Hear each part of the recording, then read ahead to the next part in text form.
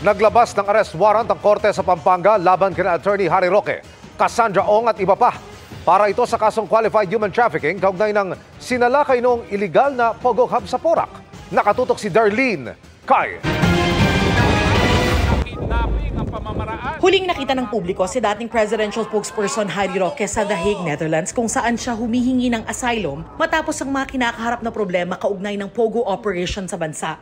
Ngayon, ipinaaresto na siya ng Pampanga Regional Trial Court Branch 118 para sa kasong qualified human trafficking.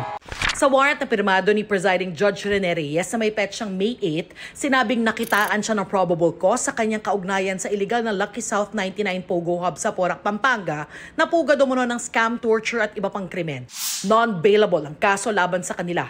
Nauna nang itinanggi ni Roque ang alegasyon at sinabing abogado siya ng Whirlwind Corporation na may-ari ng lupang pinagtayuan ng Lucky South 99. Si Roque ipinaaresto rin ng House of Representatives dahil sa kanyang hindi pagdalo sa Quadcom hearings kaugnay ng Pogo operations. Sa isang pahayag, sinabi ni Roque na hindi raw makatarungan ang ginagawa sa kanya at isasama niya raw ito sa kanyang aplikasyon para sa asylum sa the Netherlands. Biktima raw siya ng political persecution ng Administrasyong Marcos dahil kaalyado niya ang mga Duterte. Sisikapin daw niyang makakuha ng mga legal remedy para mapangalagaan ang kanyang buhay at kalayaan na ngayon ay pinagbabantaan. Hindi raw siya lumisan ng bansa dahil guilty siya kung hindi bilang bahagi ng kanyang human right na makakuha ng asylum.